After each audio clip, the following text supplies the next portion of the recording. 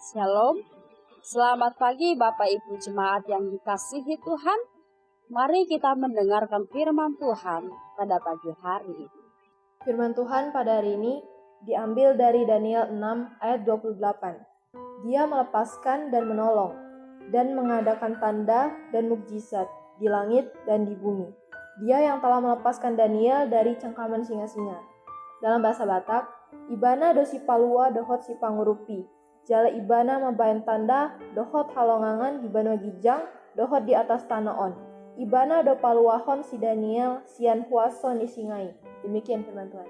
Bapak Ibu Jemaat yang dikasihi Tuhan, kalau kita melihat kitab Daniel ini, bahwa Daniel memiliki iman yang tangguh dan begitu kuat kepada Tuhan. Buktinya apa? Buktinya ketika Daniel akan dihukum mati oleh Raja Nebukadnezar, melalui dia dimasukkan ke dalam gua singa. Singa-singa itu sengaja tidak diberi makan. Berbulan-bulan, singa-singa itu begitu lapar. Maka ketika Daniel masuk ke dalam gua singa itu adalah sebuah hukuman yang diberikan kepada Daniel melalui Nebukadnezar. Daniel akan dihukum mati. Tapi lihatlah kemahakuasaan Tuhan yang bekerja dari dalam diri Daniel. Pada saat dia akan dihukum mati oleh Raja Nebukadnezar, Daniel tetap tenang menghadapi ajal yang akan ia lewati. Pada saat itu dia sudah dimasukkan ke gua singa itu. Maka raja dan seluruh jajarannya sudah berkata bahwa dia akan mati dan pasti mati.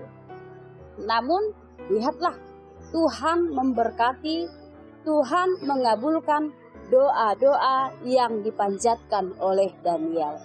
Ketika maut datang ingin menerkam kehidupan Daniel, maka dengan ketenangan Daniel berdoa kepada Tuhan. Dan Tuhan menyelamatkan Daniel dari kematian. Singa-singa itu justru malah semakin jinak kepada si Daniel. Bahkan mencakar pun singa itu tidak berani. Logikanya, kalau ada manusia bertemu dengan singa yang lapar, maka manusia itu akan mati tercabik-cabik.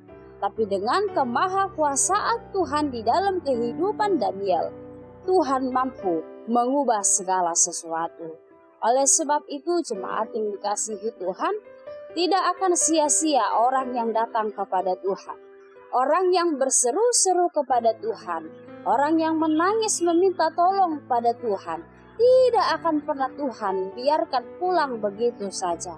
Namun akan ada sukacita, namun akan ada kebahagiaan yang akan diperoleh.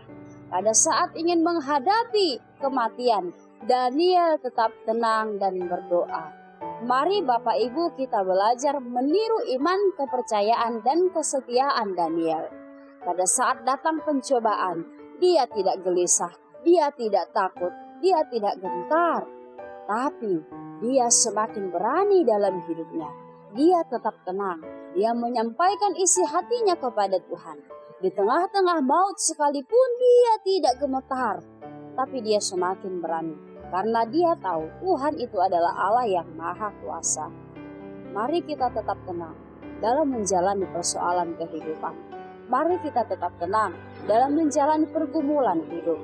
Seolah-olah tidak ada lagi jalan, lihatlah Daniel. Ketika dia diperhadapkan dengan kematian, namun dia tetap hidup dan selamat. Begitu juga dengan hidup kita. Ketika kita mengalami persoalan, pergumulan dalam hidup ini, tetaplah tenang dan berdoalah. Kalau saudara gusar tidak dapat tenang dalam hidupmu, bagaimana kamu akan menjalani hidupmu? Tapi kita tetap tenang menyerahkan seluruh persoalan hidup ini kepada Tuhan. Kita melekat, kita dekat kepada Tuhan.